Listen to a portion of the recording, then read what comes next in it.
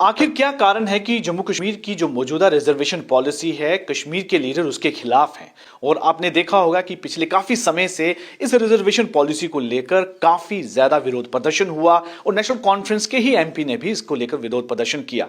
अब इस मामले को लेकर लेजिस्लेटिव असेंबली में भी एक मामला जो है तूल पकड़ गया, जब पीपल्स कॉन्फ्रेंस के चेयरमैन सजाद गनी लोन के एक प्रश्न पर सरकार ने जवाब दिया। दरअसल सजाद गनी लोन ने सरकार से पूछा था कि आपने दिसंबर में जो cabinet sub committee reservation policy को रिव्यू करने के लिए बनाई थी, क्या उसके लिए कोई समय सीमा तय की गई है? जिस पर सरकार ने जवाब दिया कि इसके लिए कोई भी समय सीमा जो है तय नहीं की गई कि जिस समय के अंदर अंदर इस कमेटी को अपनी रिपोर्ट को सबमिट करना है।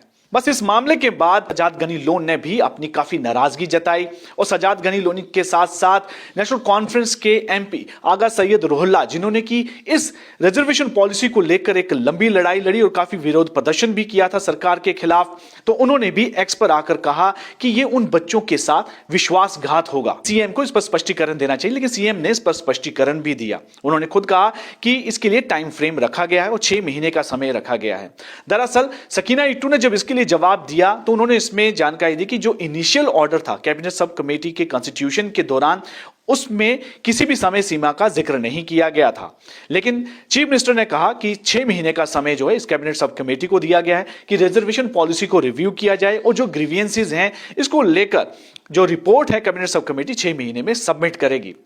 आखिर अब प्रश्न यह है कि क्यों ऐसा है कि कश्मीर के लीडर इस रिजर्वेशन पॉलिसी के खिलाफ हैं। सजाद गनी लोन ने रिपोर्टर से बात करते हुए हालांकि वो जो खुलासे किए उसे साफ लग रहा था कि आखिर इनको इस रिजर्वेशन पॉलिसी से दिक्कत क्या है। इस समय जम्मू कश्मीर में उन्होंने कहा कि जो मौजूदा रिजर्वेशन पॉलिसी है वो कश्मीरियों के खिलाफ है, क्योंकि कश्मीर में एसटी कैटेगरी को 15% की रिजर्वेशन है और ईडब्ल्यूएस को 7% मिल रही है और वहीं पर ओबीसी को 40% के आसपास की रिजर्वेशन है।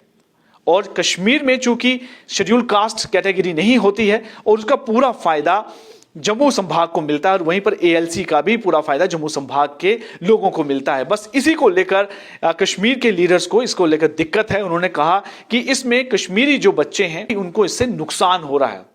सजाद गनी लोन हालांकि उन्होंने ये भी कहा कि वो रिजर्वेशन के विरोध में नहीं है, लेकिन रिजर्वेशन के लिए टैलेंट का गला नहीं घोटा जा सकता।